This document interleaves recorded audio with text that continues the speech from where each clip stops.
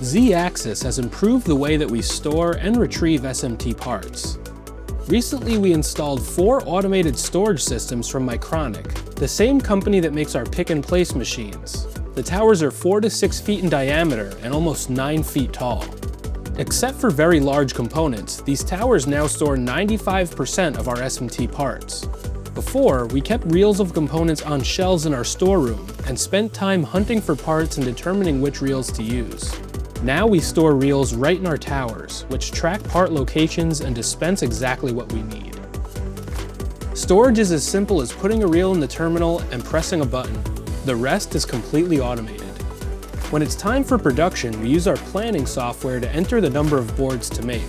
We also indicate whether the boards are 1- or 2-sided.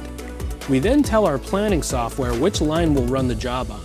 The software decides where to put each part on the 2 machines based on tooling and speed. It also tells us how long each machine will run and the number of parts it will place per hour. We then export our production plan to the towers.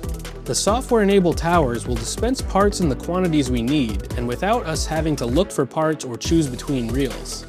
Part retrieval takes the push of a few buttons, and we can load up to 16 reels in the basket of a cart that's quickly moved to production. Software then tells us which part to put in which magazine and on which machine. When production is complete, we return high-value reels with sufficient part quantities to the towers. When we need the same part again, we'll know exactly how many we have, where they're located, and if we can use full or partial reels for the job.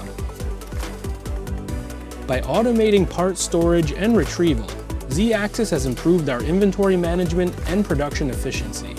That's important when you need to keep track of 8 million parts at one of the largest users of Mycronic equipment.